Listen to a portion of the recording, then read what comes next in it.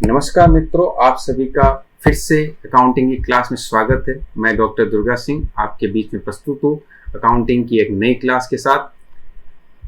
आज हम अकाउंटिंग की इस क्लास के अंदर प्रोसीजर ऑफ अकाउंटिंग पर डिस्कशन करेंगे।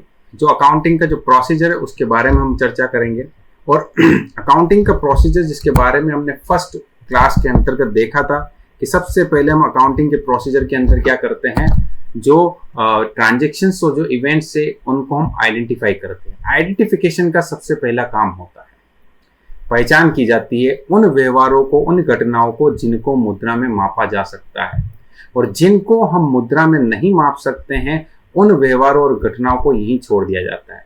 तो जो ट्रांजेक्शन जिनको मनी मेजर किया जा सकता है उनको हम फर्दर प्रोसेस में ले जाते हैं और उनको हम जो है रिकॉर्ड करते हैं। और जो रिकॉर्डिंग होती है वो रिकॉर्डिंग जो है ट्रांजेक्शन्स की जो सबसे पहले रिकॉर्डिंग जहां होती है उसे हम ओरिजिनल बुक ऑफ एंट्री कहते हैं, प्रारंभिक लेखे की बहियां कहते हैं। और सामान्यतः जो छोटे व्यवसायी होते हैं वो सारे जो ट्रांजेक्शन्स और इवेंट्स होती है उनको जर्नल के अंदर रिकॉर्ड करते हैं।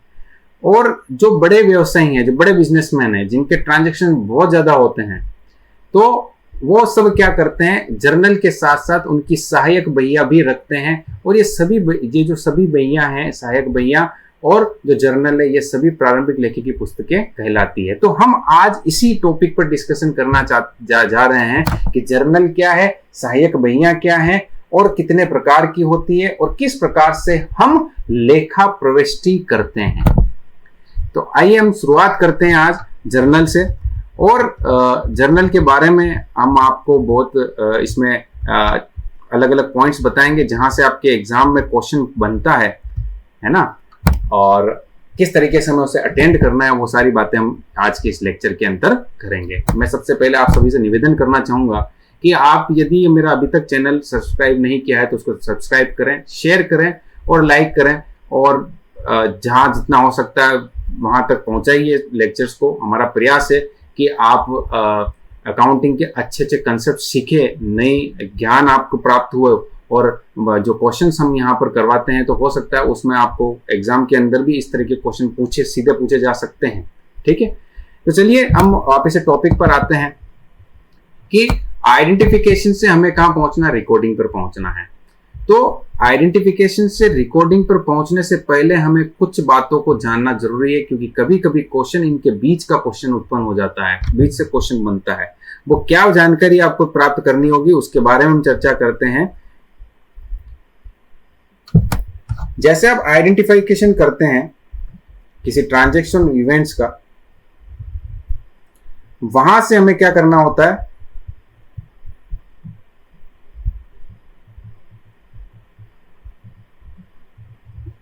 रिकॉर्डिंग पर जाते हैं। और रिकॉर्डिंग कहां होती है, ओरिजिनल बुक्स। तो जैसे ही आप किसी ट्रांजैक्शन और इवेंट को आइडेंटिफाई करते हैं जिसको मुद्रा में मेजर किया जा सकता है, उनके हमें क्या प्राप्त करने होते हैं, मूल प्रलेख प्राप्त करने होते हैं, जिसे हम सोर्स डॉक्यूमेंट कहते हैं।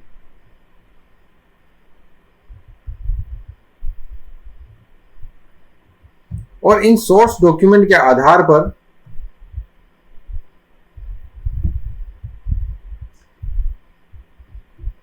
हम वाउचर बनाते हैं, अकाउंटिंग वाउचर जिन्हें कहते हैं।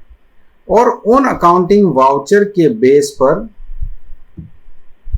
हम ओरिजिनल बुक्स में एंट्री करते हैं। तो हमें इन दोनों के बारे में जानना होगा कि ये मूल प्रलेख क्या होते हैं और ये वाउचर क्या होते हैं। तो मूल प्रलेख वो प्रलेख होते हैं जो किसी भी ट्रांजैक्शन या इवेंट के होने की सत्यता को प्रकट करते हैं, वेरीफाई करते हैं। वेरी फर्स्ट डे जो हमारी क्लास हुई थी अकाउंटिंग की, जब मैंने बात की थी क्वालिटेटिव कैरेक्टरिस्टिक्स बता रहा था मैं आपको, तो मैंने बताया कि अकाउंटिंग जो है विश्वसनीय सूचनाएं प्रस्तुत करनी चाहिए। रिलायबिलिटी के बारे में बात कर रहा था, तो मैंने आपको वहां बताया कि यहाँ पर जो अकाउंटिंग के अंदर जो ट्रांजेक्शन रिकॉर्ड किए जाते हैं वो रिलायबल होते हैं। क्यों होते हैं? क्योंकि उनकी सत्यता का प्रमाण होता है। और वो सत्यता का प्रमाण क्या होते हैं? ये जो हम बात कर रहे हैं सोर्स डॉक्यूमेंट, है ना, जो वेरीफाई करते हैं, एविडेंस होते हैं। उन्हीं के आधार पर वाउचर बनाए जाते हैं और उसी वाउचर के आधार पर हम जो है एंट्री करते हैं। तो ये दोनों आपको यहां पर समझने चाहिए कि सोर्स ऑफ डॉक्यूमेंट कौन होते हैं और वाउचर क्या होते हैं। अब हम सोर्स ऑफ डॉक्यूमेंट की बात करते हैं।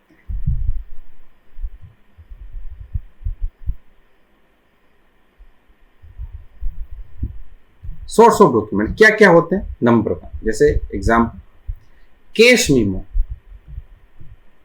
केस मीमो एक सोर्स डॉक्यूमेंट है। पूछा जा सकता है, एबीसीडी क्वेश्चन पूछते हैं कि इसमें से कौन सा सोर्स डॉक्यूमेंट है और कौन सा सोर्स डॉक्यूमेंट नहीं है। केस मीमो क्या होता है? कब जारी किया जाता है? केस मीमो जब भी हम नकद क्रय और नकद विक्रय करते हैं तो उस केस में केस मीमो जारी होता है। जब हम कैश सेल करते हैं तो हमें कैश मेमो जारी करना होता है, और जब हम परचेज करते हैं तो कैश मेमो जो हमें प्राप्त होता है। ठीक है। दूसरा यहां पर एक होता है बिल एंड इनवॉइसेस। बिल्स क्या होते हैं और इनवॉइसेस क्या होती है ये बताओ। इनवॉइस क्या होती है? जब भी हम किसी माल को बेचते हैं, हम विक्रय करते हैं, सेल करते हैं, तो उस केस में हम क्या करते हैं? बिजनेसमैन क्या करता है? इनवॉइस जारी करता है। और जब हम माल खरीदते हैं तो हमें क्या प्राप्त होता है? बिल प्राप्त होता है। ठीक है। तीसरा रिसिप्ट, रसीद जिसे आप कहते हैं, यह आपका सोर्स डॉक्यूमेंट होता है। जब भी कोई हमें भुगतान करता है किसी राशि का, हमने कोई क्रेडिट सेल की और उसका भुगतान हमें प्राप्त होता है, तो बिजनेसमैन क्या करता है? उसको रिसिप्ट जारी करता है। और उसी केस में जब यदि हम केस भुगतान कर रहे हैं, हमने किसी से माल खरीदा है, तो उस केस में हम भुगतान करें तो हमें रिसिप्ट जो है मिलती है। चौथा, इससे संबंध में क्वेश्चन बहुत बार पूछा गया है। फर्स्ट ग्रेड में पूछा गया है, असिस्टेंट प्रोफेसर के एग्जाम में पूछा गया है और खुद जूनियर अकाउंटेंट के एग्जाम में पूछा हुआ है। डेबिट नोट एंड एक इसके साथ एक जारी होता है क्रेडिट नोट। इन दोनों के बारे में भी क्वेश्चन पूछा जाता है। तो ये भी हमें पता होना चाहिए कि डेबिट नोट कब जारी किया जाता है और क्रेडिट नोट कब जारी किया जाता है। तो डेबिट नोट कब जारी किया जाता है? जब हम कोई माल किसी सप्लायर से खरीदते हैं और जब वापस से उस सप्लायर को हम माल रिटर्न कर देते हैं। ठीक है। तो उस केस में हम क्या करते हैं? डेबिट नोट जारी करेंगे। इसके विपरीत यदि हमने कोई माल सेल किया है और कस्टमर हमें क्या करता है? माल को फिर से लौटा देता है, तो उस केस में हम क्या करते हैं? क्रेडिट नोट जारी करते हैं। दोनों ही हमें पता होना चाहिए कि जब हम सप्लायर को माल की वापसी करते हैं, गुड्स रिटर्न करते हैं टू द सप्लायर, उस केस में डेबिट नोट जारी होगा। और जब हम माल को प्राप्त करते हैं किससे? कस्टमर से, क्योंकि पहले हमने उसको माल बेचा था, अब उसने वापस रिटर्न कर दिया, तो उस केस में हम क्या करेंगे? क्रेडिट नोट जारी करेंगे। और एक आपका इसमें छठा नंबर का पे इन स्लिप, इसका नाम आप सभी ने सुना होगा। पे इन स्लिप, जब भी हम बैंक में पैसा जमा कराते हैं तो उस केस में हम एक स्लिप भरकर उसको देते हैं और उसके बनिस्पत बैंक एक वो मेन स्लिप तो रख देता है और काउंटर फॉइल हमें देता है, तो वो पे इन स्लिप कहलाती है। तो ये सभी क्या है? ये सोर्स ऑफ डॉक्यूमेंट है। इन सोर्स ऑफ डॉक्यूमेंट के आधार पर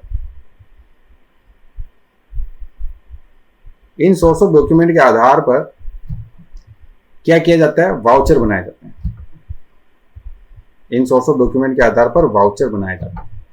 और वाउचर के दो प्रकार होते हैं। एक आपका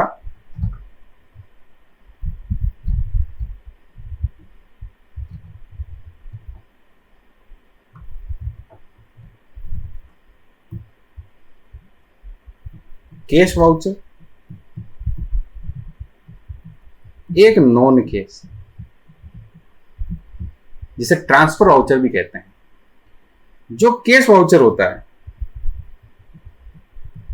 वो दो प्रकार का होता है, एक डेबिट और एक क्रेडिट। डेबिट वाउचर और क्रेडिट वाउचर। डेबिट वाउचर किसके लिए होता है?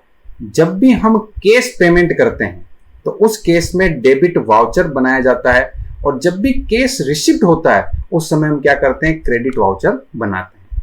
और दूसरा जो इसका नॉन कैश वाउचर है वो तब बनाया जाता है जब क्रेडिट परचेज की हो, क्रेडिट सेल की हो, या संपत्तियों पे डेप्रिसिएशन चार्ज किया हो। तो इस प्रकार की जो भी ट्रांजैक्शंस और इवेंट्स होती है उसके लिए हम क्या करते हैं? वो उसके लिए नॉन कैश वाउचर बनते हैं, और जो नॉन कैश वाउचर है उनको ट्रांसफर वाउचर भी कहते हैं। तो हमें ये ध्यान होना चाहिए कि सोर्स डॉक्यूमेंट के उदाहरण कौन से हो सकते हैं और वाउचर्स कौन से हो सकते हैं, और सोर्स डॉक्यूमेंट के आधार पर वाउचर्स बनते हैं, और वाउचर्स के आधार पर हम बुक्स ऑफ जो ओरिजिनल बुक ऑफ जो होती है उसके अंदर हम अकाउंटिंग एंट्रीज करते हैं। तो ये आपके टॉपिक पहले सबसे पहले क्लियर होना चाहिए, क्योंकि यहां से एक क्वेश्चन निश्चित तौर पर बन सकता है।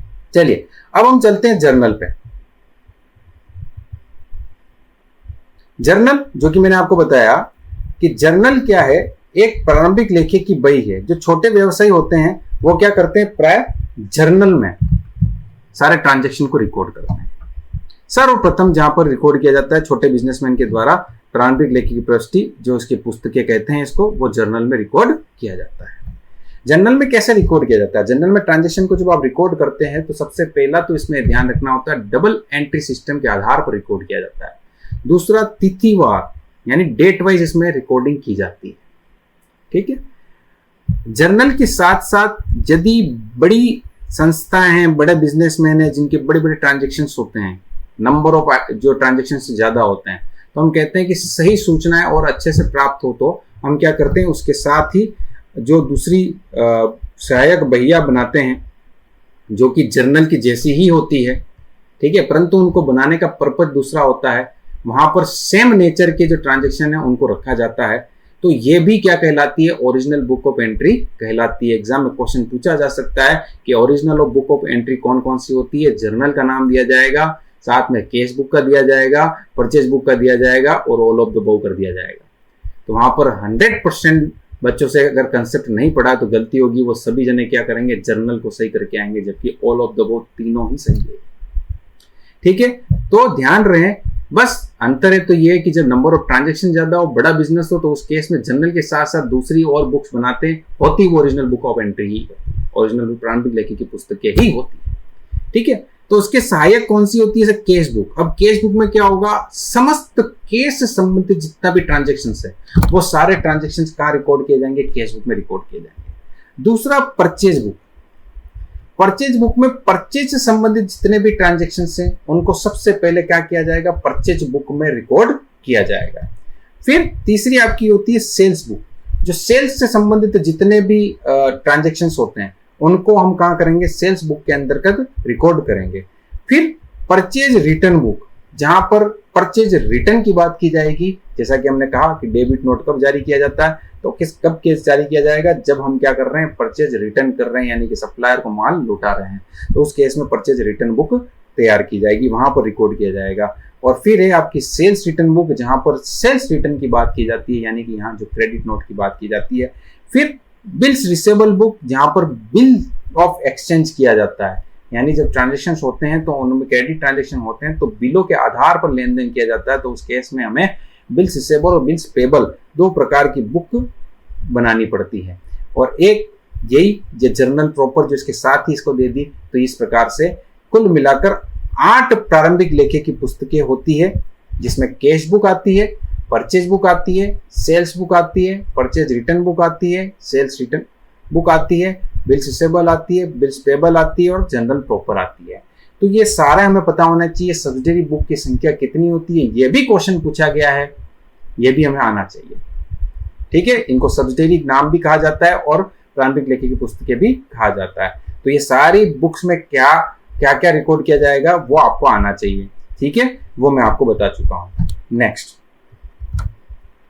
हम अब जर्नल पे बात करते हैं, जर्नल फोकस करते हैं। जर्नल किस तरीके से दिखता है उसके बारे में बात करते हैं। देखो जर्नल का प्रारूप किस तरीके का होता है वो देखो, ये सामने आपके जर्नल के प्रारूप में कितने कॉलम होते हैं ये भी क्वेश्चन पूछ सकते हैं। सबसे पहले आपका टाइटल लिखा जाता है जर्नल, ठीक है, जर्नल जिस बिजनेसमैन का है उसका नाम आता है। और पहला कॉलम जो होता है वो क्या होता है, डेट का होता है, जहां पर डेट मेंशन की जाती है। फिर पर्टिकुलर्स का कॉलम होता है सेकंड नंबर, जहां पर हम अकाउंट जो एंट्री करते हैं, डेबिट क्रेडिट करते हैं। अब डेबिट क्रेडिट कैसे करेंगे उसकी चर्चा करेंगे हम अभी।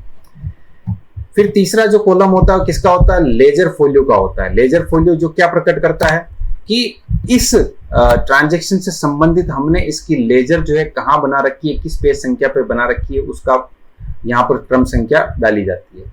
ये भी क्वेश्चन पूछा गया है एक बार एग्जाम में कि एलएफ का मतलब क्या होता है।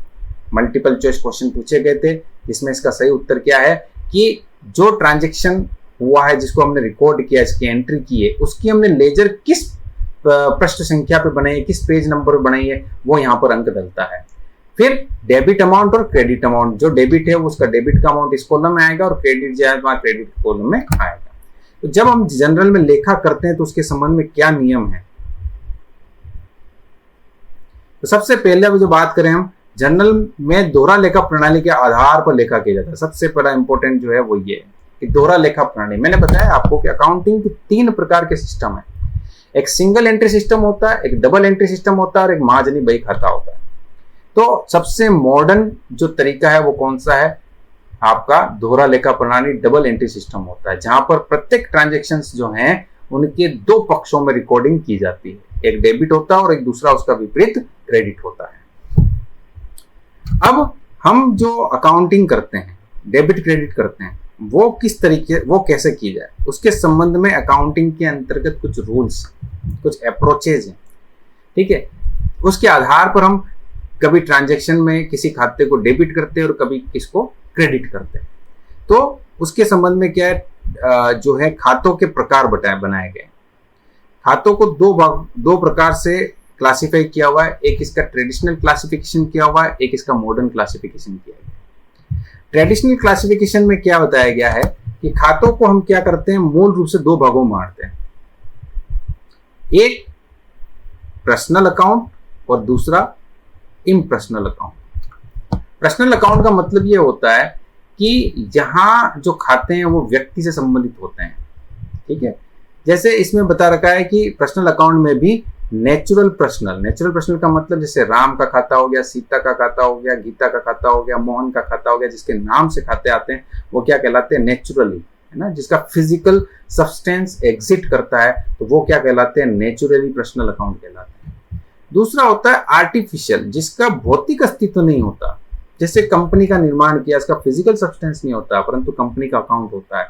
तो इस प्रकार की जो संस्थाएं हैं, है ना, गवर्नमेंट हो गई आपकी, उसका खाता हो गया आपका, आर्टिफिशियल में आपके बैंक वगैरह हो गए, ठीक है, आपकी कंपनी हो गई, इस प्रकार के जो खाते हैं उनके जो खाते कहलाते हैं वो आर्टिफिशियल पर्सनल खाते कहलाते हैं। फिर होता है representative personal account. Representative personal account का मतलब ये होता है जो रिप्रेजेंटेशन करता है ना। जैसे आउटस्टैंडिंग सैलरी ऑफ स्टाफ की जो आउटस्टैंडिंग जो सैलरी है, तो वो क्या कर रही है कि ये बकाया वेतन है स्टाफ का, तो वो रिप्रेजेंटेशन करती है किसका, स्टाफ का। Prepaid salary, prepaid interest, accrual income, इस तरीके के जो भी खाते हैं, बात करेंगे हम बाद में एडजस्टमेंट एंट्रीज की। तो कभी कभी क्वेश्चन पूछा जाता है कि आउटस्टैंडिंग सैलरी अकाउंट या प्रीपेड इंटरेस्ट अकाउंट, ये किस प्रकार के खाते हैं, इनका नेचर किस प्रकार का है। फिर आपको ऑप्शन दे देते हैं क्या पर्सनल है या इम्पर्सनल है, किस प्रकार का खाता है। तो वहां पर आपको पता होना चाहिए कि ये पर्सनल अकाउंट है, पर्सनल में भी कौन सा है, रिप्रेजेंटेटिव पर्सनल अकाउंट के कैटेगरी में ये आते हैं। ठीक है, क्लियर हो जाना चाहिए कि पर्सनल अकाउंट कौन सा होता है, जो बिल्कुल कृत्रिम जो है आपका नेचुरल पर्सनल अकाउंट, आर्टिफिशियल और रिप्रेजेंटेटिव पर्सनल अकाउंट, जो कि बिल्कुल किसी व्यक्ति से संबंधित, किसी संस्था से संबंधित होते हैं। दूसरा जो आपका है इम्पर्सनल अकाउंट, जो कि व्यक्तिगत नहीं होते हैं। इसके अंदर 2 प्रकार के होते हैं, रियल अकाउंट और दूसरा आपका नॉमिनल अकाउंट। रियल अकाउंट जिसका संबंध सीधा किससे होता है, एसेट्स एंड प्रॉपर्टीज से। वो खाते जिनका संबंध किससे होता है, एसेट्स और प्रॉपर्टी से। एसेट्स क्या होती है उसका डिस्कस हम कर चुके हैं। तो वो सारे खाते जो है, जैसे कैश अकाउंट हो गया आपका, एसेट्स में मशीनरी अकाउंट हो गया, है ना, डेटर्स अकाउंट आपका पर्सनल अकाउंट है, जो भी दूसरे स्टॉक काउंट हो गया, ये सारे जो अकाउंट्स है, प्लांट अकाउंट हो गया, इक्विपमेंट हो गया, गुडविल अकाउंट हो गया, ये सारे क्या है, रियल अकाउंट के उदाहरण है। दूसरा आपका जो है इसमें टाइप है वो नॉमिनल अकाउंट का है। नॉमिनल अकाउंट से सीधा संबंध किससे रखता है, आपके इनकम से, आपकी एक्सपेंस से, आपके गेन से, आपके लॉसेस से, इनसे संबंध रखता है नॉमिनल अकाउंट। तो जब भी income, expense, profit and loss की बात आती है तो वो नॉमिनल अकाउंट का नेचर का होता है। तो पूछा जा सकता है कभी कभी कि 4 ऑप्शन दिए जाएंगे, उसमें क्वेश्चन पूछा जाएगा कि ये किसकी प्रकृति का खाता है। तो यहाँ पर ट्रेडिशनल जो अकाउंट्स का क्लासिफिकेशन दिया हुआ है वो कितने प्रकार से दिया हुआ है, 2 भागों में बांटा गया, एक पर्सनल अकाउंट और दूसरा इम्पर्सनल अकाउंट। पर्सनल अकाउंट है ना, जो कि बिल्कुल व्यक्ति से संबंध रखता है, इसके अंतर्गत आपके नेचुरल, आर्टिफिशियल और रिप्रेजेंटेटिव पर्सनल अकाउंट आते हैं। और दूसरा जो आपका इम्पर्सनल के अंतर्गत रियल अकाउंट और नॉमिनल अकाउंट आते हैं। और रियल अकाउंट जो है किससे संबंध रखते हैं, बिल्कुल आपकी असेट्स एंड प्रॉपर्टी से संबंध रखते हैं। और जो नॉमिनल अकाउंट होते हैं वो खर्चों से, आयों से, लाभों से और हानि से संबंध रखते हैं। और इसके आधार पर हम क्या करते हैं, इन खातों की पहचान करके ट्रांजैक्शंस के अंतर्गत फिर हम इसकी अकाउंटिंग एंट्री यानी डेबिट और क्रेडिट का प्रावधान करते हैं। उसके गोल्डन रूल्स बनाए गए, 3 गोल्डन रूल बनाए गए हैं। जैसे अब यहाँ पर आपको एक टेबल दिख रही होगी, इसके अंदर बता रखा है कि जो पर्सनल अकाउंट है उसका क्या रूल है। कहता है कि debit the receiver and credit the giver, यानी कि डेबिट किसको करें, जो रिसीवर है, जो प्राप्त करता है, उसे हम क्या करेंगे, डेबिट, और जो देने वाला है उसे हम क्या करेंगे, क्रेडिट करेंगे। रियल अकाउंट क्या है, जब भी कोई असेट की प्राप्ति होती है, प्रॉपर्टी की प्राप्ति होती है, तब उसको डेबिट करना है। और जब भी इसका ये जाती है संस्था से, ये व्यवसाय से, तो उस समय इसको क्रेडिट करना होता है। जैसे कैश जब आता है तो डेबिट और कैश जाता है तो क्रेडिट। ओके, जैसा आपसे पूछ ले कि बैंक अकाउंट किस प्रकार का खाता है, तो आपको पता होना चाहिए कि बैंक एक प्रकार से, हमारा अगर बैंक में खाता खुला हुआ है इसका मतलब वो रिप्रेजेंटेटिव है, हमारा रिप्रेजेंटेशन कर रहा है संस्था का, तो रिप्रेजेंटेटिव पर्सनल अकाउंट के अंतर्गत वो काउंट होगा। बैंक अकाउंट जो रियल अकाउंट के अंदर काउंट नहीं होता। फिर आपका नॉमिनल अकाउंट, जो कि आपका एक्सपेंस और लॉसेस से संबंध है। जो भी एक्सपेंसेस है और लॉसेस है उनको हमेशा क्या करना है, हमें डेबिट करना है। और जो भी इनकम और गेन होता है उस समय उसको क्रेडिट करना होता है।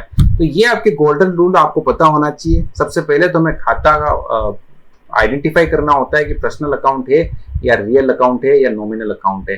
देन उसके बाद हम ये रूल्स को अप्लाई कर पाते हैं। तो यहाँ से जो क्वेश्चन बन सकता है वो मैं आपको बता चुका हूँ कि एरियाज क्या है। सबसे पहले आपको कोई सा भी नाम दे देंगे, जैसे पूछ लेंगे कि जो गुडविल अकाउंट है वो किस प्रकार का खाता है, तो वहां पे 3-4 ऑप्शन दे दिए, तो वहां पर आपको पता होना चाहिए गुडविल एक रियल अकाउंट है। इसी तरीके से आपसे क्वेश्चन पूछा जाएगा। और एक अकाउंटिंग एंट्रीज का भी क्वेश्चन पूछ सकते हैं, जिसका हम बाद में डिस्कस करते हैं। दूसरा जो इसका क्लासिफिकेशन किया हुआ है वो किसके बेस पे किया हुआ है, मॉडर्न क्लासिफिकेशन, जिसे आप कह सकते हो अमेरिकन पद्धति के आधार पर अकाउंट्स का क्लासिफिकेशन किया और उसके रूल्स। तो यहाँ पर खातों को बताया गया 5 भागों, सॉरी यहाँ 6 प्रकार से बताया गया। जनरली आप देखते हैं वहां पर 5 प्रकार से बताए जाते हैं। यहाँ पर एक अकाउंट और ऐड किया हुआ है जो मॉडर्न क्लासिफिकेशन है, जो विड्रॉल अकाउंट है, यानी ये 6 प्रकार से। बाकी जनरली जब आप किसी बुक्स में देखते हैं तो 5 प्रकार के ही शो होते हैं। तो इसमें सबसे पहला असेट्स अकाउंट। असेट्स अकाउंट जो कि संपत्ति से संबंधित होता है, सारी संपत्तियां इसके अंतर्गत आती है। लायबिलिटी जो कि एक बिजनेस के लिए एक बाध्यता होती है जिसका भुगतान हमें करना होता है, वो लायबिलिटी अकाउंट में आता है। कैपिटल अकाउंट पूंजी खाता, जो कि अब हमने लास्ट क्लास के अंतर्गत सेपरेट एंटिटी कंसेप्ट पढ़ा, उसमें बताया कि बिजनेसमैन के द्वारा बिजनेस के अंतर्गत जो राशि लगाई जाती है वो पूंजी होती है, तो एक पूंजी खाता। एक रेवेन्यू अकाउंट जो कि कैश इन फ्लो, संस्था को जब कैश फ्लो की प्राप्ति होती है तो वो रेवेन्यू अकाउंट के अंतर्गत आता है। और एक आता है एक्सपेंडिचर अकाउंट, जब संस्था को कैश आउटफ्लो यानी कैश जब भुगतान करना होता है तो वो एक्सपेंस अकाउंट के अंतर्गत आता है। और छठा विड्रॉल अकाउंट, जब पैसा निकाला जाता है संस्था से और वो उस केस में विड्रॉल अकाउंट खुलता है। तो इन्होंने लगभग कितने भाग बताए हैं, 6 प्रकार से बताया गया है। यहाँ पर जो इंपॉर्टेंट है वो आपको देखना है इसका रूल कैसे फॉलो किया जाता है। जो आपका ट्रेडिशनल अप्रोच है उससे कई गुना ये इजी है। यहाँ पर हर एक ट्रांजेक्शन में हमें क्या पहचान करनी होती है कि क्या वो ट्रांजेक्शन एक असेट के रूप में है, क्या वो ट्रांजेक्शन एक लायबिलिटी के रूप में है, क्या वो ट्रांजेक्शन एक रेवेन्यू के रूप में है या एक्सपेंस के रूप में है, या वो कैपिटल के से रिलेशन है या विड्रॉल से रिलेशन है। अगर आपने उसमें से ट्रांजेक्शंस में से ये पता कर लिया कि ये इस खाते से संबंधित है, तो उसका सीधा नियम आपको लगाकर उसकी जनरल एंट्री आप पास कर सकते हैं। देखिए, सबसे पहले यहाँ पर आपको नॉर्मल बैलेंस क्या होता है इन अकाउंट के, उसके बारे में बता रखा है। असेट्स अकाउंट का ऑलवेज नॉर्मल बैलेंस क्या होता है? डेबिट बैलेंस ही होता है। असेट्स हमेशा क्या होती है? डेबिट ही होती है नॉर्मल जनरली। और लायबिलिटी का हमेशा बैलेंस क्या होता है? क्रेडिट ही होता है। फिर कैपिटल का बिल्कुल लायबिलिटी की तरह चलती है, ये क्रेडिट बैलेंस ही होता है। और रेवेन्यू यानी इनकम जो भी आपकी है वो भी क्रेडिट चलता है। तो इन तीनों का क्या बैलेंस होता है? क्रेडिट बैलेंस होता है, लायबिलिटी, कैपिटल एंड रेवेन्यू। और दूसरा जो आपका असेट्स, एक्सपेंडिचर और विड्रॉल, इन सबका क्या होता है? नॉर्मल बैलेंस डेबिट होता है। ओके, ये नॉर्मल केस है।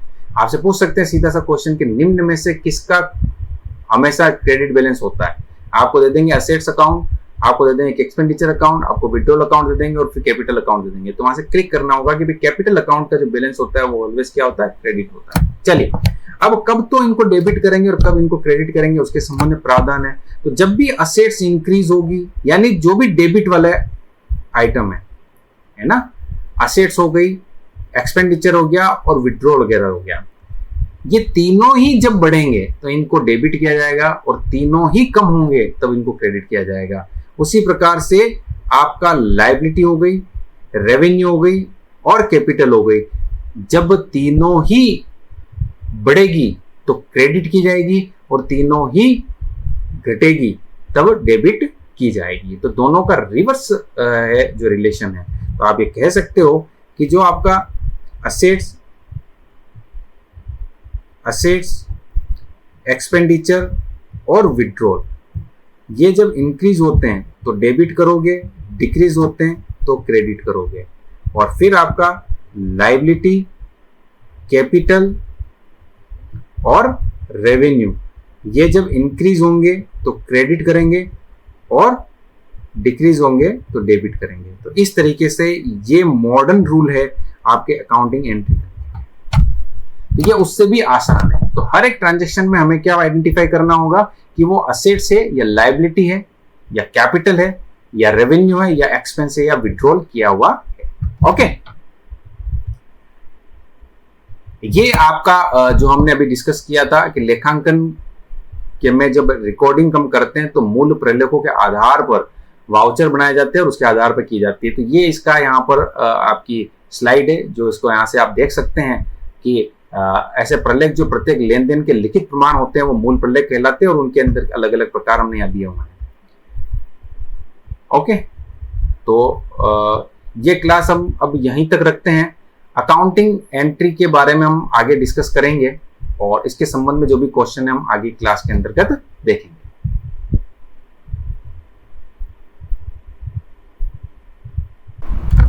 तो चलिए अब हम एक छोटी सी एक्सरसाइज कर लेते हैं जिसके अंदर हमें ये पता लगेगा कि कोई भी ट्रांजैक्शन से उसमें से खाते जो हैं कैसे उसको आइडेंटिफाई करें और कैसे उनको कौन सा खाता डेबिट होगा और कौन सा खाता क्रेडिट करें और कैसे हम एक एंट्री जो है करेंगे एक जर्नल के अंदर। तो उसकी एक छोटी सी एक्सरसाइज मैं आपको करवा देता हूं जिससे आपकी थोड़ी सी प्रैक्टिस हो जाएगी और आप इतने कैपेबल हो जाओगे कि ट्रांजैक्शन के अंदर अकाउंट्स जो हैं उनको आइडेंटिफाई कैसे करोगे और साथ ही साथ उसको डेबिट कौन सा होगा और क्रेडिट कौन सा होगा ये आप पता लगा लोगे।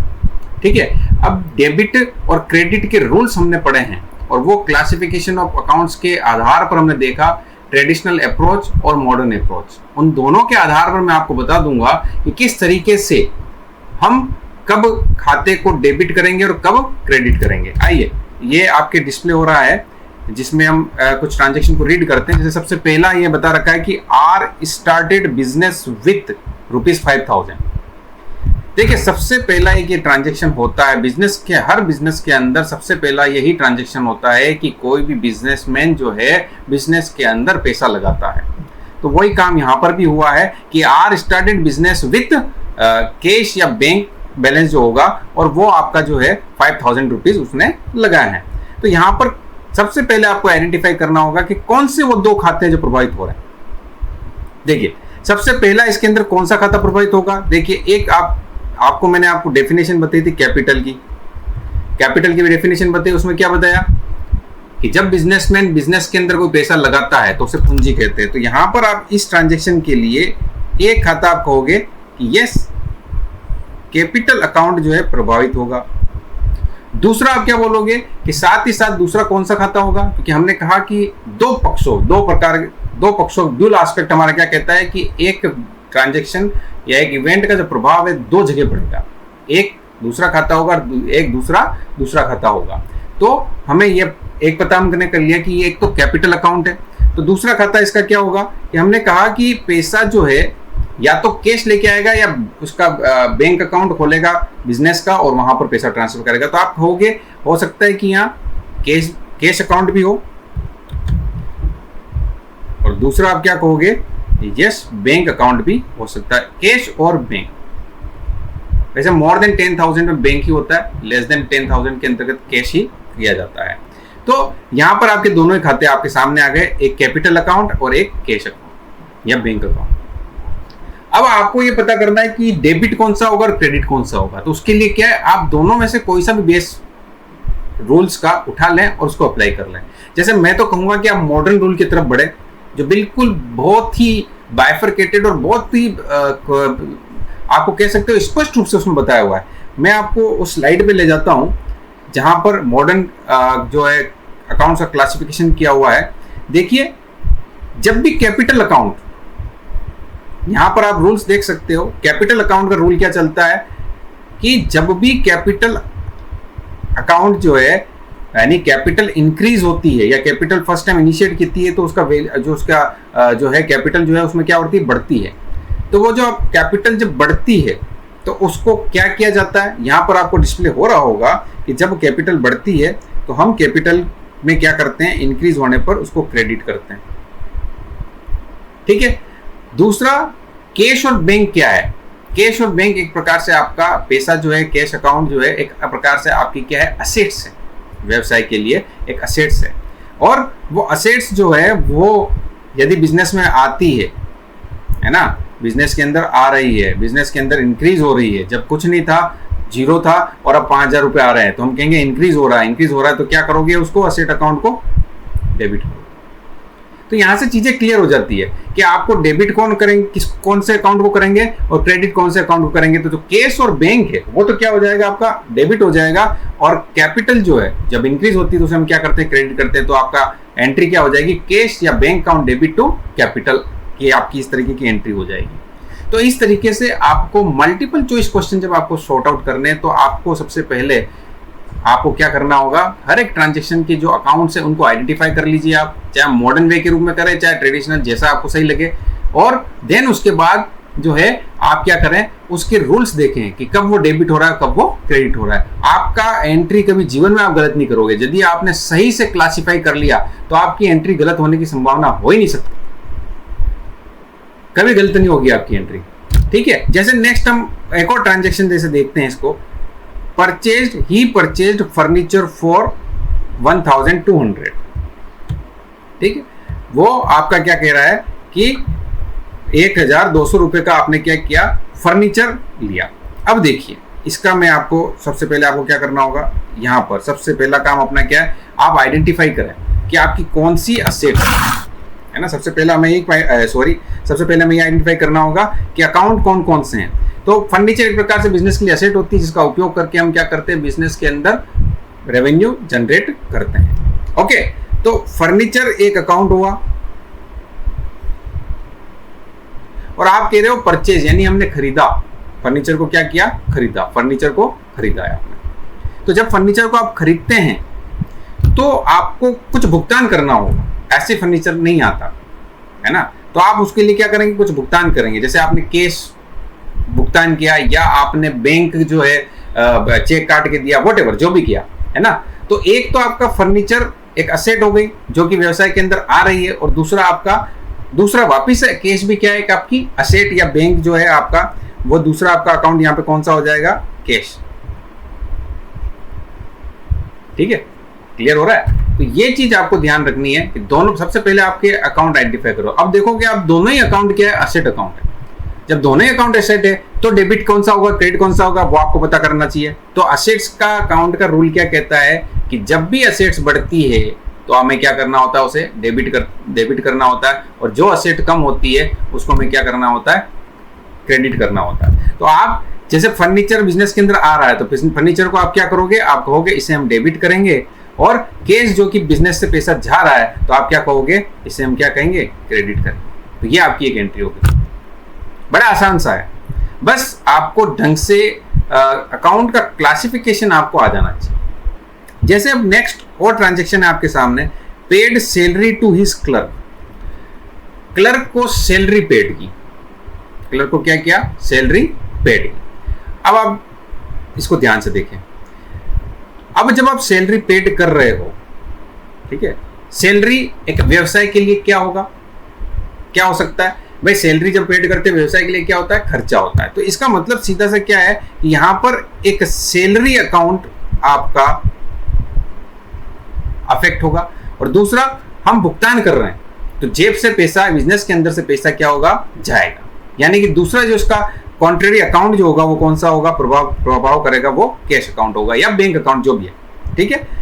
तो अब यहां पर सैलरी एक एक्सपेंस अकाउंट है, और एक्सपेंस अकाउंट का रूल क्या होता है, जब भी एक्सपेंसेस बढ़ते हैं या एक्सपेंसेस अकर्ड होते हैं तो उसे हमें क्या कहेंगे, डेबिट करते हैं। तो सैलरी को आप क्या करते हो, डेबिट करोगे। और केस जैसा कि हमने कहा कि व्यवसाय से पैसा जा रहा है, असेट्स जो है कम हो रही है, तो हम उसे क्या कर देंगे, क्रेडिट कर देंगे। ये आपकी एंट्री होगी। तो ट्रांजैक्शन सभी इजी है, आपको सिर्फ अकाउंट की पहचान आपको करने आनी चाहिए, ठीक है। जैसे अब नेक्स्ट पेड रेंट। अब पेड रेंट, तो अब यहां पर आप आइडेंटिफाई करें कि आपके कौन से दो खाते प्रभावित होंगे। सीधा सा पेड रेंट, रेंट क्या एक प्रकार से आपके बिजनेस के लिए खर्चा होता है, तो एक आप कहोगे यस, एक तो रेंट आपका हो गया, और दूसरा आपका क्या हो गया, रेंट पेड करेंगे तो कैश आपका जाएगा, तो दूसरा खाता कौन सा हो गया, कैश हो गया। तो रेंट एक एक्सपेंस अकाउंट है, कैश अकाउंट एक असेट अकाउंट है। तो आप इसके दोनों के रूल्स आप लगा दीजिए कि एक्सपेंसेस जब बढ़ते हैं या अकर्ड होते हैं तो हम उसे क्या करेंगे, डेबिट करेंगे, और जब असेट्स कम होती है तो हम उसे क्रेडिट करेंगे। तो ये देखो आपकी एंट्री होगी इजीली। नेक्स्ट आपको ऐसे ट्रांजेक्शन क्या बताया कि भाई रिसीव्ड इंटरेस्ट, इंटरेस्ट प्राप्त हुआ। तो सबसे पहला अपना ये काम है कि आप क्या करें, आइडेंटिफाई करें, किनको खातों का आइडेंटिफाई करें। एक आपका कौन सा हो रहा है, इंटरेस्ट, इंटरेस्ट प्राप्त हुआ, मतलब सीधी सी बात है आपको रेवेन्यू प्राप्त हुई, इनकम आपके पास प्राप्त हुई। तो एक तो इंटरेस्ट के नाम से इनकम आ रही है, ठीक है, तो ये कौन सा एक खाता हो गया, इंटरेस्ट जो है एक इनकम का पार्ट हो गया। दूसरा जो आएगा पैसा या तो अपने बैंक खाते में आएगा या फिर हमारे जेब में आएगा, कैश आएगा, तो दोनों चीज हो गई। तो आप क्या कहोगे कि एक तो आपका इंटरेस्ट और दूसरा आपका कैश या बैंक। तो बैंक में पैसा आता है या कैश में पैसा आता है तो असेट्स अकाउंट क्या हो रहा है, इंक्रीज हो रहा है। इसका मतलब डेबिट करेंगे किसको, कैश या बैंक को। और इंटरेस्ट जो आपकी क्या है, एक इनकम है, और इनकम जब होती है और जब बढ़ती है तो उसे हम क्या करते हैं, क्रेडिट करते हैं। ये आपके रूल्स में बताया हुआ है, ये आप देख लीजिए। यहाँ पर रेवेन्यू अकाउंट ये रहा, इसका ऑलवेज बैलेंस क्या होता है, क्रेडिट होता है। जब ये आती है या बढ़ती है तो इसे इंक्रीज को करते हैं तो क्रेडिट करेंगे, और जब ये कम होती है तो हम उसे क्या करते हैं, डेबिट। ठीक है, तो ये आपको आना चाहिए। ये मॉडर्न क्लासिफिकेशन ऑफ अकाउंट्स है। इसके आधार पर हम क्या कर सकते हैं, इजीली जो ट्रांजैक्शन है उनमें से अकाउंट को आइडेंटिफाई करेंगे और देन उसके बाद रूल अप्लाई करके डेबिट और क्रेडिट का काम कर सकते हैं। अब जैसे मैंने एक और यहाँ पर जो है हमने एक ट्रांजैक्शंस कुछ और भी लिखे हुए हैं, इसका और हम चर्चा कर लेते हैं।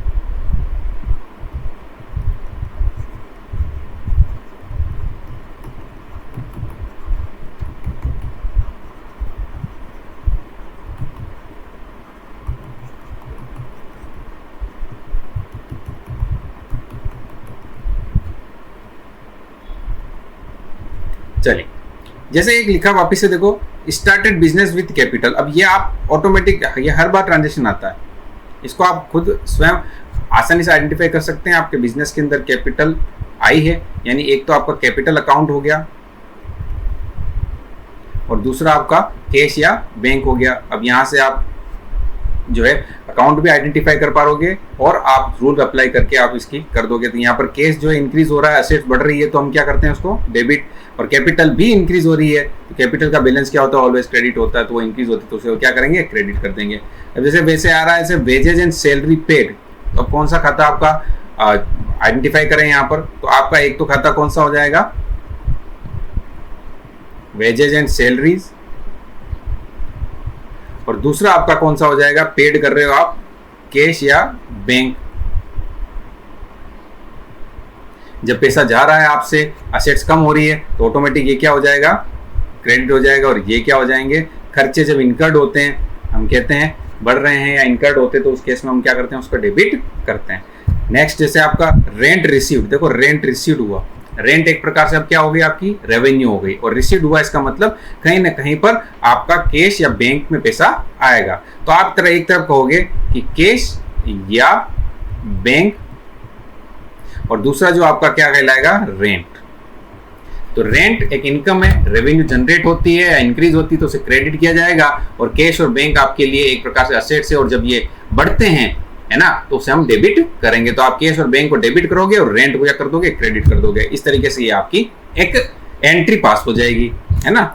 नेक्स्ट जैसे इसे बोला है परचेज गुड्स ऑन क्रेडिट, देखो ये बड़ा अच्छा ट्रांजेक्शन है, इसको समझना चाहिए आपको। परचेज गुड्स ऑन, गुड्स माल खरीदा है, ऑन क्रेडिट, क्रेडिट पे उधार पे खरीदा, यानी पैसा नहीं गया हमारे जेब से, ठीक है। तो क्या होगा, देखिए एक तो आपने माल खरीदा तो बिल्कुल, एक तो आपका परचेज गुड्स जब खरीदते हो for manufacturing and for resale, तो हम उसे क्या कहेंगे, परचेज में डालेंगे, है ना। तो परचेज आपका एक तो पार्ट हो गया परचेज का, कि भाई गुड्स खरीदा है। दूसरा यानी कि जब माल खरीदते हो तो इस प्रकार से ये क्या होता है, एक प्रकार से आपका खर्चा ही होता है, जेब से पैसा जाएगा इसके लिए, ओके। एक तो आपका हो गया परचेज अकाउंट, है ना। एक दूसरा आपका कौन सा होगा, यहां पर पैसा जेब से नहीं गया, यहां पर क्या हुआ, लायबिलिटी क्रिएट हुई।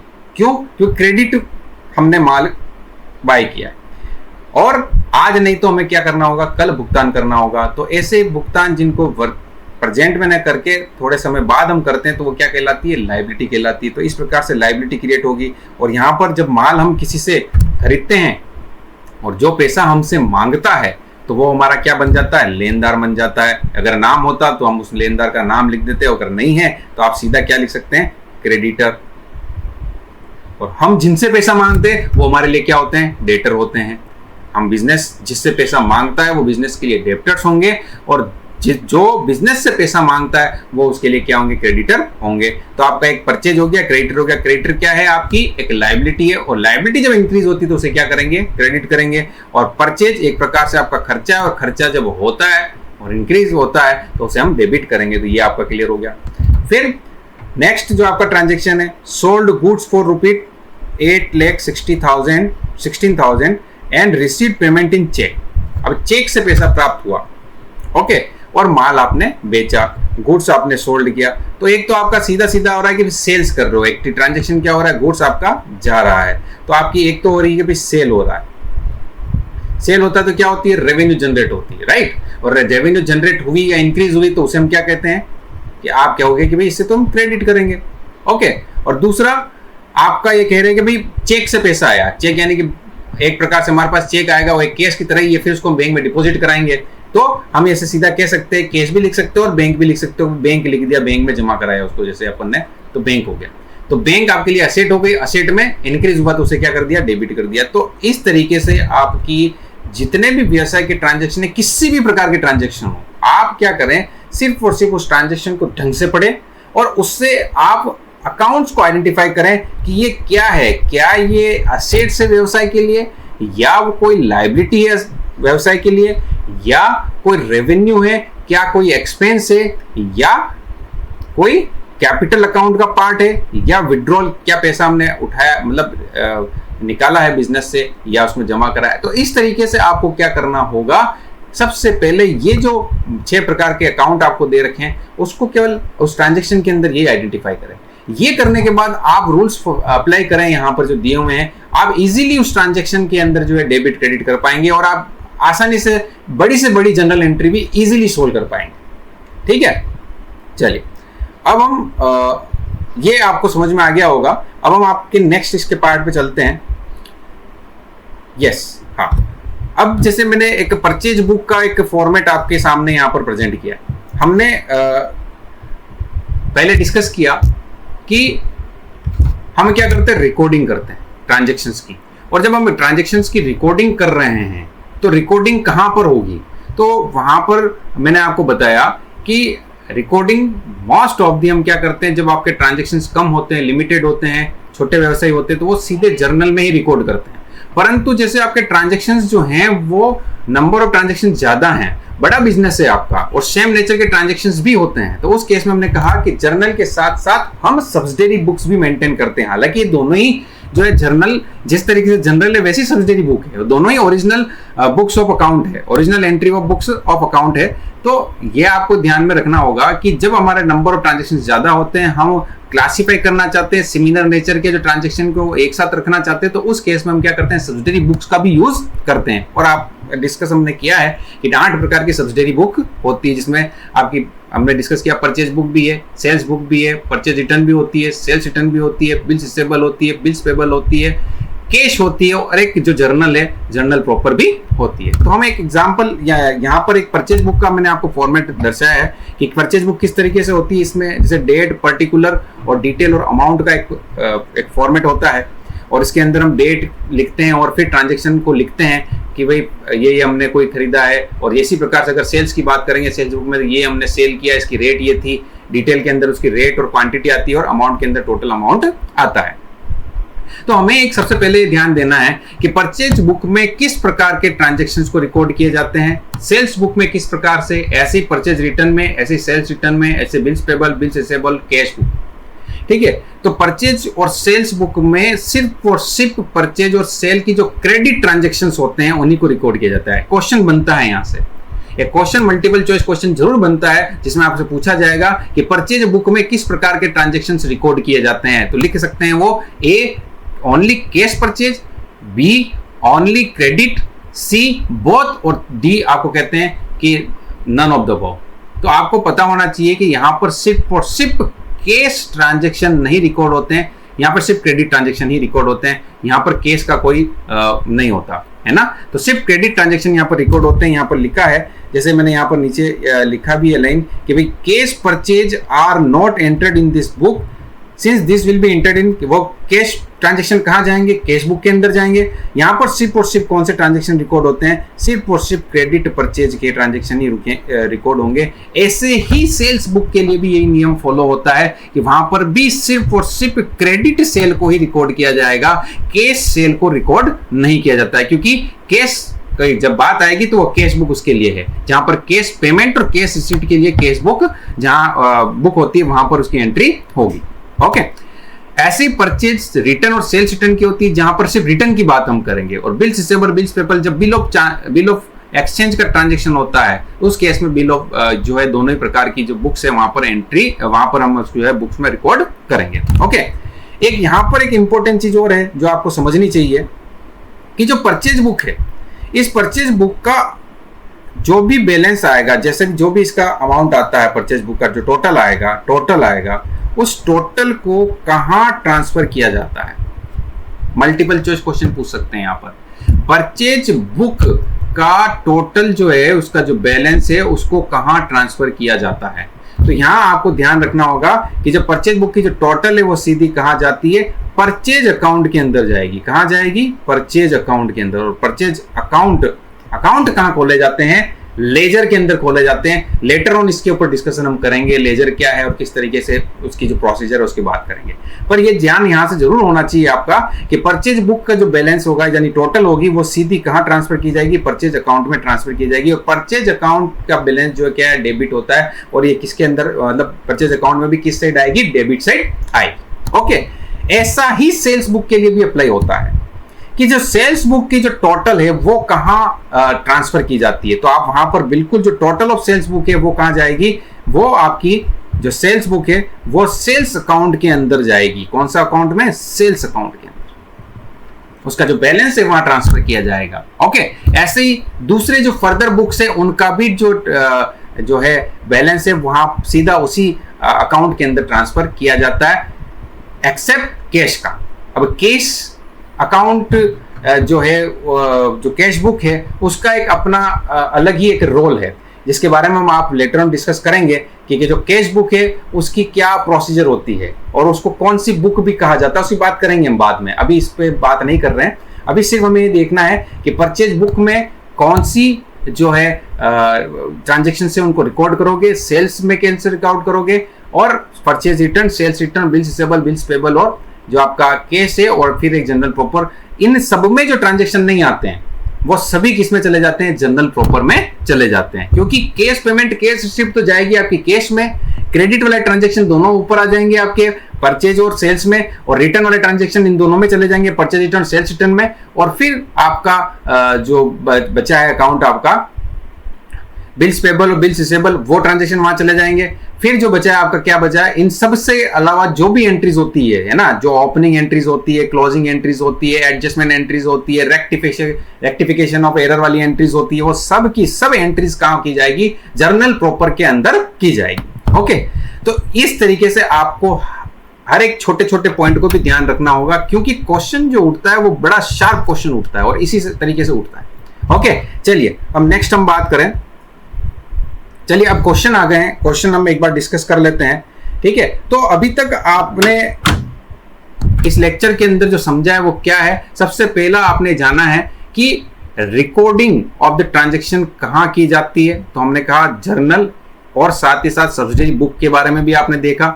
और आप आइडेंटिफिकेशन से जब जर्नल में रिकॉर्डिंग करने जा रहे हैं तो उस बीच में हम किसके बेस पर एंट्रीज जो हैं करते हैं, तो मैंने यहाँ पर आपको सोर्स ऑफ डॉक्यूमेंट के बारे में जानकारी दी। कैश मीमो क्या होता है, बिल क्या होते हैं, इनवॉइस क्या होती है, डेबिट नोट, क्रेडिट नोट क्या होती है, रिसिप्ट क्या होती है, ये सब सोर्स डॉक्यूमेंट है। इन्हीं के बेस पर हम क्या करते हैं, वाउचर क्रिएट करते हैं। कितने प्रकार के वाउचर होते हैं, कैश वाउचर होता है, नॉन कैश वाउचर होता है, जिसे ट्रांसफर वाउचर भी कहते हैं, कैश में आपका डेबिट और क्रेडिट वाउचर होता है। तो इस तरीके से इन सोर्स डॉक्यूमेंट के बेस पर वाउचर बनाते हैं, और वाउचर के बेसिस पे हम क्या करते हैं, अकाउंटिंग एंट्रीज करते हैं, ताकि वेरीफाइबल हो सके, रिलायबिलिटी मेंटेन की जा सके। ओके, तो ये सारी चीजें अभी तक हमने डिस्कस की। और कैसे जर्नल में एंट्री करते हैं, तो वहां पर हमने देखा कि हर ट्रांजैक्शंस को हमें क्या करना होगा, अलग अलग अकाउंट्स में आइडेंटिफाई करना होगा, और फिर उनके अकाउंट से संबंधित जो रूल है उसको अप्लाई करके हमें क्या करना होगा, उसको डेबिट या क्रेडिट करना है, उसको हम जस्टिफाई करना होगा। तो इस तरीके से आपको उस चीज को फॉलो करना होगा। जर्नल का फॉर्मेट कैसा होता है वो हमने डिस्कस किया, परचेज बुक किस तरीके से दिखती है वो डिस्कस किया, परचेज और सेल्स बुक और ये जो सारी सब्सिडरी बुक्स होती है इनका बैलेंस कैसे ट्रांसफर होगा और कहां होगा उसके बारे में हमने जाना। तो ये सारी चीजें हम जान चुके हैं। अब इनसे संबंधित क्या क्या क्वेश्चन पूछे गए हैं अभी तक एग्जाम में, और अब क्या पूछे जा सकते हैं उसके बारे में हम चर्चा कर रहे हैं। इसलिए हम क्वेश्चंस को स्लाइड ओपन कर ली है, तो हम स्टार्ट करते हैं क्वेश्चन को सोल्व करना। जैसे सबसे पहला क्वेश्चन जो आता है वो क्या है, फर्नीचर का उधार क्रय किस बीजक द्वारा लेखांकित किया जाता है। देखिए फर्नीचर एक असेट है, असेट्स का हमने क्या किया, उधार क्रय किया, वो किस बीजक द्वारा लेखांकित किया जाएगा। देखो सोर्स ऑफ डॉक्यूमेंट का क्वेश्चन है, बड़ा शार्प क्वेश्चन है।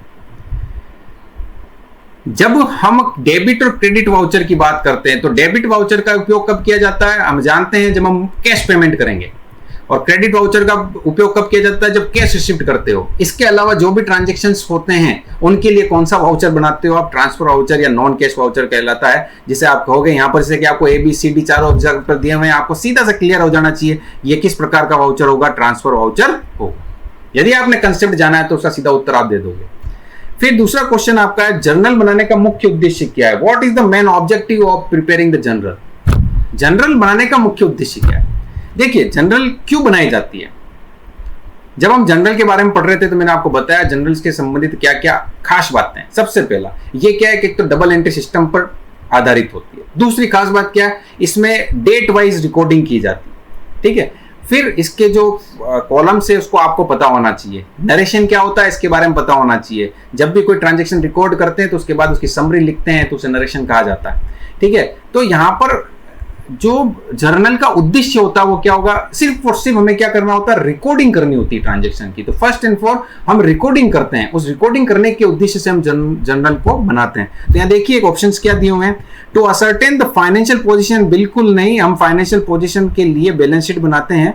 To journalise the cash transaction, क्या सिर्फ कैश ट्रांजैक्शन ही रिकॉर्ड किए जाते हैं क्या। To make posting in the ledger, क्या पोस्टिंग करने के लिए की जाती है या to record the business transaction first of all? बिल्कुल यही सही उत्तर है कि सबसे पहला हमारा ये कार्य होता है कि हमें क्या करना होता है, ट्रांजेक्शन को फर्स्ट ऑफ ऑल एक बार रिकॉर्ड करना होता है। उसी के पर्पज से हम जर्नल जो है बनाते हैं और उसको जर्नलाइज करते हैं। चलिए नेक्स्ट क्वेश्चन है, संजय के मार्फत राहुल को भुगतान किया 12,000 किसके खाते में डेबिट किया जाएगा? देखो बड़ा अच्छा क्वेश्चन है। संजय के मार्फत राहुल को भुगतान किया, संजय के मार्फत, देखो समझना, तो संजय की को भुगतान करना था परंतु राहुल को किया, तो संजय हमारे लिए क्या है, एक प्रकार से क्रेडिटर है। जो पैसा हमसे मांगता है वो क्या कहलाता है, क्रेडिटर कहलाता है। तो हमने बुक्स ऑफ अकाउंट में किसका खाता खुला हुआ है, संजय का खाता खुला हुआ है, वो क्या है, क्रेडिटर है। और क्रेडिटर का जो बैलेंस होता है वो क्या होता है, हमेशा क्रेडिट होता है ना। जब भी क्रेडिटर बढ़ते हैं उसको क्रेडिट करते हैं और जब ये कम होते हैं तो उसे हम क्या करेंगे, डेबिट करेंगे। ओके चलिए हम वो उसकी बाद में बात करेंगे। अब हमने क्या किया कि संजय के मार्फत राहुल को भुगतान किया 12,000 का भुगतान किया, तो भुगतान करने पर कैश कम होगा या बैंक कम होगा, ठीक है। तो दूसरा अकाउंट कौन सा हुआ, कैश हुआ, या आप कह सकते हो बैंक हुआ, ठीक है। तो असेट्स, ये दोनों क्या है, असेट्स अकाउंट है। असेट्स कम होती है तो क्या करते हैं हम, क्रेडिट करते हैं। ओके अब देखो यहाँ पूछा है कि डेबिट किसे किया जाएगा, तो बिल्कुल यहाँ क्लियर है कि आपकी यहाँ पर क्रेडिटर क्या हो रहा है, जब आप भुगतान करोगे क्रेडिटर क्या हो जाएंगे, कम हो जाएंगे। और क्रेडिटर लायबिलिटी है, लायबिलिटी कम होती है तो क्या करते हैं, डेबिट करते हैं। तो ऑटोमेटिक यहाँ क्या हो जाएगा, डेबिट। डेबिट किसको करेंगे, संजय अकाउंट। और देखो लिखा कैसे जाता है, देखो संजय नाम जब भी आता है तो संजय ऊपर एक ये कोमा लग के फिर आपका एस बनता है ना, ये भी ध्यान रखें साथ के साथ। तो यहां पर राहुल को भुगतान किया चाहे, परंतु बुक्स ऑफ अकाउंट में खाता किसका बोल रहा है, संजय का बोल रहा है, तो हमें क्या करना होगा कि संजय के खाते को ही डेबिट करना होगा। चलिए next, the rent pay to the landlord, rent pay to the landlord is credited to. Okay, landlord जो हमारे हमने कोई बिल्डिंग वगैरह ले रखी होगी बिजनेस के लिए और उसके लैंडलॉर्ड को हमने कोई रेंट चुकाया है, तो ये बोल रहा है इज क्रेडिटेड टू, किस खाते को क्रेडिट करेंगे।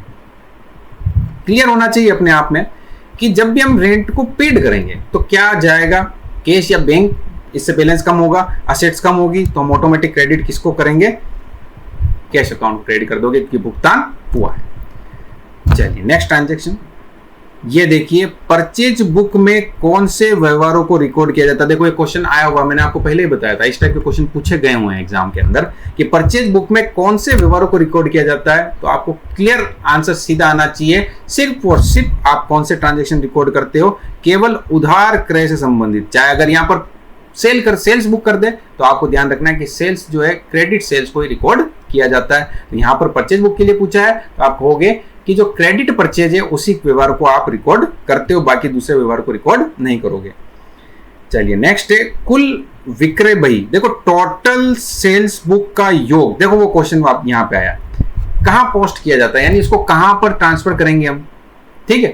तो यहां पर क्या है, टोटल सेल्स बुक का पूछ रहा है, टोटल सेल्स बुक क्या बैलेंस कहां जाएगा, सेल्स अकाउंट में ट्रांसफर होगा। और अकाउंट कहां खोलते हैं, लेजर के अंदर खोलते हैं।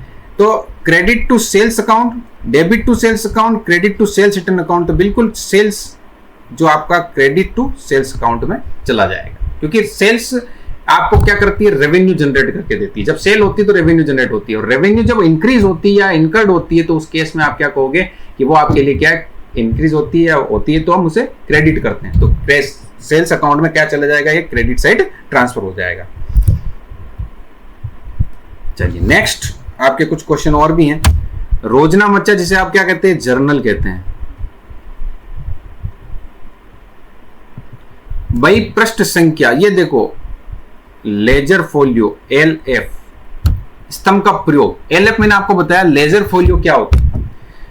लेजर फोलियो क्या होती है, जब हम फॉर्मेट देख रहे थे जनरल का तो मैंने आपको बताया कि जो भी ट्रांजेक्शन आप रिकॉर्ड कर रहे हो उसके उसी खाने के अंदर LF में भी आपको नंबर लिखने होते हैं। मतलब ये कि इस ट्रांजैक्शन की जो लेजर जो बनी है, जहां बनी है ना, जहां उसका खाता बना हुआ है, वो उस पृष्ठ की संख्या यहां पर होती है। ओके, तो इसमें देखते हैं क्या ऑप्शन दिए हुए हैं। खाता बही में खतौनी की तिथि जानने के लिए, यहाँ डेट का कोई नहीं होता औचित्य। जितने खातों में सूचना का लेखा हुआ है उनकी संख्या जानने के लिए होता है। खातों में खतौनी की गई राशियों की संख्या जानने के लिए होता है। संबंधित खाते की खाता बही में पृष्ठ संख्या जानने को, बिल्कुल सही, मैंने संबंधित खाते की खाता बही में पृष्ठ संख्या जानने के लिए होता है। उसकी जो पेज नंबर है कि भाई यहाँ इसका खाता कहाँ खुला हुआ है, उसके लिए हम इसको लिखते हैं। किसी सेवा की उधार बिक्री, देखो कोई सर्विस है, उधार बिक्री को जर्नल, रोजनामचा जर्नल प्रविष्टि में सम्मिलित होना चाहिए। सर्विस हमने प्रोवाइड की, देखो कोई माल बेचते हैं, गुड्स सेल करते हैं, तो उसके लिए कोई राशि प्राप्त होती है हमें, है ना। एक हम क्या कह रहे हैं कि सर्विस प्रोवाइड की, है ना। जैसे मैं कहूँ कि भाई चार्टर्ड अकाउंटेंट ने अपनी सर्विस प्रोवाइड की, तो उसके बनिस्पत वो क्या चार्ज करता है, सर्विस के बनिस्पत वो क्या चार्ज करेगा, फीस। तो फीस उसके लिए क्या है, रेवेन्यू है, ठीक है। तो क्या कह रहा है, किसी सेवा के उधार बिक्री को रोजनामचा प्रविष्टि में सम्मिलित होना चाहिए। इसने बोला देनदार खाते का नाम और पूंजी खाते जमा, देनदार खाते का नाम और पूंजी खाते जमा, रोकड़ खाते का नाम और देनदार खाते का जमा, फीस आय खाते का नाम, देनदार खाते का जमा, और देनदार खाते का जमा और फीस आय खाते का जमा। देखिए, जब आपकी किसी प्रकार की उधार जो है सर्विस दी है पर पैसा अभी प्राप्त नहीं हुआ, तो वो पैसा आज नहीं तो कल देगा। यानी कि वो व्यक्ति जो है, वो बिजनेसमैन, जो प्रोफेशनल पर्सन है, वो क्या करेगा, उसके लिए वो किसी और से पैसा मांगता है, यानी उसके लिए क्या बनते हैं, डेप्टर्स बनते हैं, डेप्टर्स बनते हैं। वो पैसा आज नहीं तो कल प्रदान करेंगे, या कैसेट है उसके लिए। और वो किस रूप में आ रही है, रेवेन्यू के रूप में आ रही है, सॉरी, रेवेन्यू जो आ रही है वो किस रूप में आ रही है, फीस के रूप में आ रही है। तो फीस जो है आपका क्या होगा, रेवेन्यू, और रेवेन्यू जब होती है तो उसे क्या करते हैं, क्रेडिट करते हैं। और डेटर्स एक असेट है, और असेट जब इंक्रीज होती है तो उसे क्या करते हो, डेबिट करते हो। तो आप एंट्री क्या करोगे, debtors account debit to revenue from fees, इस अकाउंट को आप क्रेडिट कर दोगे और इस तरीके से आपकी एंट्री हो जाएगी। तो यहां पर देनदार खाते का नाम, पूंजी खाते का जमा, ये जो है ये डी होगा, परंतु देनदार खाता या जमा की जगह क्या होगा,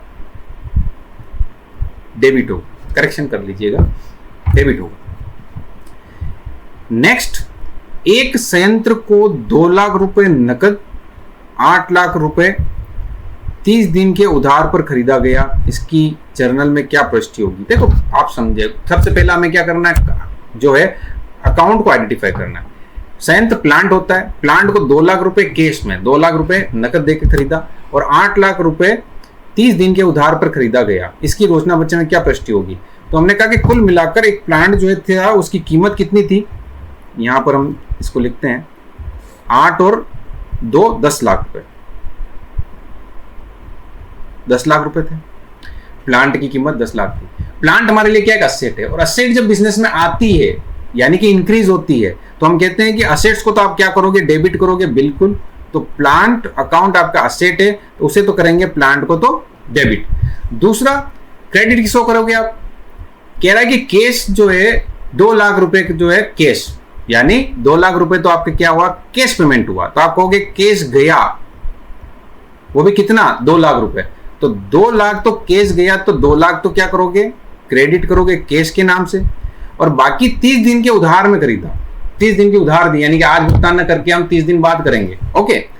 तो हमें क्या होंगे, क्रेडिटर्स हमसे पैसा मांगते हैं, तो हमारा के लिए क्या होगा, वो क्रेडिटर्स होंगे, क्रेडिटर्स जनरेट होंगे। तो क्रेडिटर्स जो भी नाम होगा उसका, तो हम कहेंगे क्रेडिटर्स एक प्रकार से लायबिलिटी, और लायबिलिटी जब क्रिएट होती है तो उसे हम क्रेडिट करते हैं। तो क्रेडिटर 8 लाख के आपके जनरेट हो जाएंगे, और इसे हम क्या करेंगे, क्रेडिट करेंगे। तो आपकी एंट्री क्या हो जाएगी, प्लांट अकाउंट डेबिट, और क्रेडिट कौन हो जाएगा, प्लांट अकाउंट डेबिट तो हो जाएगा 10 लाख से, है ना, क्योंकि 10 लाख का कुल प्लांट खरीदा, और कैश में कितना जाएगा, 2 लाख रुपए, और 8 लाख रुपए जो आपके क्रेडिटर्स के खाते में शो हो जाएंगे, लायबिलिटी आपकी बन के चली जाएगी, आपको 30 दिन के अंदर उसका भुगतान करना होगा। तो इस तरीके से एंट्री हो जाएगी। नेक्स्ट, जब रोजनामचे में प्रविष्टि की जाती है, जर्नल के अंदर प्रविष्टि की जाती है, ऑप्शन क्या है इसको ध्यान से समझें। पहले परिसंपत्तियों का सूचीन किया जाता है, लिस्टिंग की जाती है क्या, जिस खाते को नाम करना हो उसे पहले लिखा जाता है क्या, जिस खाते को जमा करना है उसे पहले लिखा जाता है क्या, और किसी भी खाते को पहले लिखा जा सकता है। तो हम कहते हैं कि जिस खाते को डेबिट करना होता है। जैसे वो पिछला जो क्वेश्चन था उसमें प्लांट अकाउंट डेबिट करते हैं 10 लाख, और फिर आप क्या करते हो, जिसको क्रेडिट करते हो टू कैश 2 लाख और टू क्रेडिटर 8 लाख। तो यहां पर सही चीज क्या होगी, जिस खाते को नाम करना उसे पहले लिखा जाता है। ठीक है। यदि सौदे के विश्लेषण व अभिलेखन उचित प्रकार हुआ है तो कोई भी ट्रांजैक्शन है उसका एनालिसिस और रिकॉर्डिंग अगर सही तरीके से हुआ है तो क्या होगा। देखिए पढ़े क्वेश्चन, सौदे के अभिलेखन में केवल 2 खातों का प्रयोग होगा, केवल 2 खातों का प्रयोग होगा। सौदे के अभिलेखन में केवल 1 खाते का प्रयोग होगा, 1 खाते का शेष बढ़ेगा और 1 का घटेगा, और कुल नाम की गई राशि कुल जमा की राशि के बराबर होगी। तो क्या होता है, देखिए जब भी हम कोई ट्रांजैक्शन रिकॉर्ड करते हैं, तो जैसे कि एक ट्रांजैक्शन आपके सामने है ना, तो आप देखिए उसकी डेबिट अगर वो सही रिकॉर्ड हुआ है तो उसका डेबिट और जो दोनों क्रेडिट हुए इनकी जो टोटल होगी वो क्या होगी, सेम होगी। जैसे देखो डेबिट देन 10 लाख है और क्रेडिट भी क्या है 8 और 2 10 लाख रुपए। तो इसका सही उत्तर क्या होगा, कुल नाम की गई राशि और कुल जमा कर की राशि की बराबर बराबर होगी। नेक्स्ट, किसी मासिक बिल के भुगतान की रोजना मचा यानी जर्नल प्रविष्टि में सम्मिलित होंगे। कोई मंथली बिल है उसका भुगतान किया तो बिल्कुल क्लियर है, जब भी कोई मंथली बिल का भुगतान आप करते हो तो जो आपके लिए एक्सपेंसेस है, मंथली बिल जो बिल है वो आपके लिए क्या एक एक्सपेंसेस है। जिस भी नाम से बिल होगा तो बिल अकाउंट आपके लिए क्या हो जाएगा, डेबिट हो जाएगा, और पेमेंट करते हैं तो टू कैश या बैंक से करते हो तो बैंक से क्रेडिट कर देंगे आप। ठीक है। नेक्स्ट आपका वेतन की रोजना मचा प्रविष्टि में सम्मिलित होंगे। जो सैलरी है, सैलरी की एंट्री कैसे करते हैं भाई, सैलरी एक प्रकार से क्या है आपका एक्सपेंसेस है ना, उस एक्सपेंस का नाम क्या है कि भाई सैलरी है। और एक्सपेंसेस जब होते हैं तो एक्सपेंस को क्या करते हैं हम डेबिट करते हैं, और पेमेंट कैश से करते हैं तो टू कैश, या अगर बैंक से करते हैं तो बैंक आ जाएगा, और इस तरीके से एंट्री हो जाएगी आपकी। नेक्स्ट, प्रमाणन बनाए जाते हैं।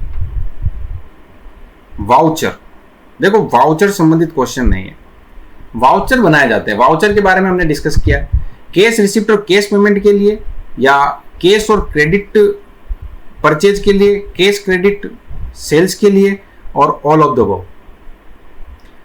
हाँ, तो ये देखिए आप समझ लें कि हम वाउचर किसके लिए बनाते हैं। आपको पता होगा कि वाउचर जो 2 प्रकार के होते हैं, एक तो कैश होता है और नॉन कैश होता है। जो कैश होते हैं वो कैश पेमेंट और कैश रिसिप्ट की बात करता है, और बाकी सब जो होते हैं वो क्या होते हैं क्रेडिट या जो दूसरे प्रकार के जो ट्रांजैक्शन होते हैं उनके लिए होते हैं। तो सभी प्रकार के ट्रांजैक्शंस के लिए हम वाउचर बनाते हैं, और बिना वाउचर बनाए तो हम जनरल एंट्री कर ही नहीं सकते, क्योंकि वो फिर वेरीफाइबल नहीं होगी। वेरीफाइबल नहीं होगी तो अकाउंटिंग की जो पहली क्वालिटेटिव कैरेक्टरिस्टिक्स है रिलायबिलिटी की, वो भंग हो जाएगी।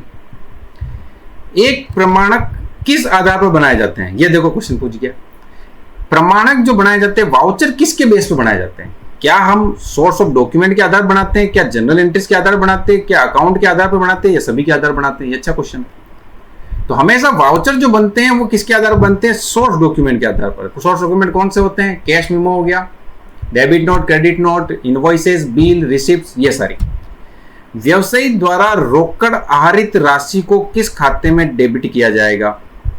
देखो मैंने आपको जब हम डिस्कशन कर रहे थे सेपरेट एंटिटी कंसेप्ट के बारे में बात कर रहे थे, तो मैंने कहा कि एक बिजनेसमैन जो है बिजनेस के अंदर पैसा लगाता है तो उसे हम क्या कहते हैं, कैपिटल कहते हैं।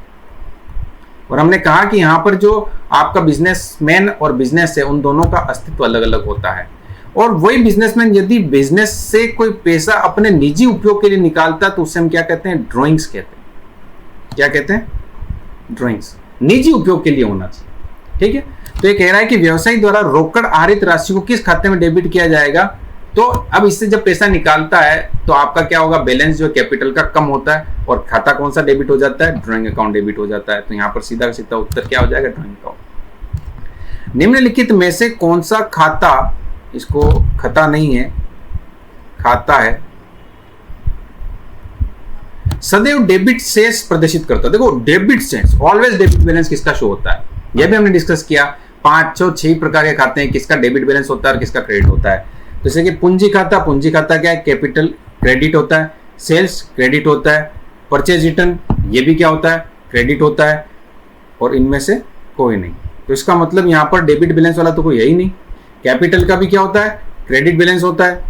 सेल्स का रेवेन्यू है, रेवेन्यू जनरेट करती है, क्रेडिट होता है। और परचेज रिटर्न, परचेज डेबिट होता है, तो परचेज रिटर्न क्या होता है, क्रेडिट होता है। तो इनमें से कोई नहीं, इसका उत्तर हो जाएगा।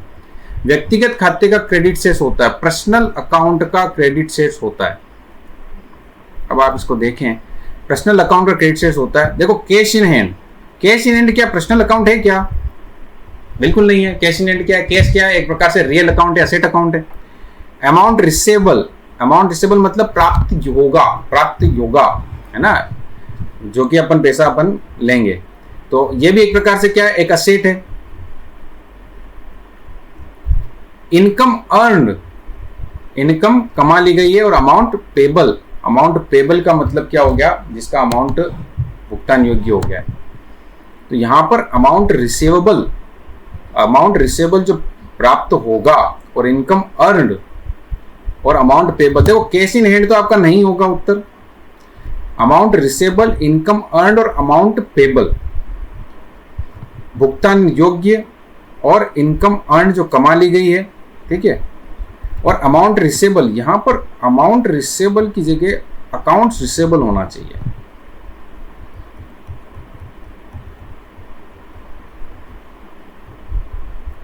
अकाउंट रिसीवेबल का मतलब यहां पर किससे होता है, डेप्टर्स से होता है। और जो डेप्टर्स होते हैं वो क्या है, एक प्रकार से आपके क्या होते हैं, डेप्टर्स नाम होता है, राम सीता गीता मोहन नाम है, तो एक प्रकार से क्या है, पर्सनल अकाउंट के अंदर आते हैं। तो यहां पर जो उत्तर होगा वो क्या होगा, इसको थोड़ा करेक्शन कर लेना, ये उत्तर होगा।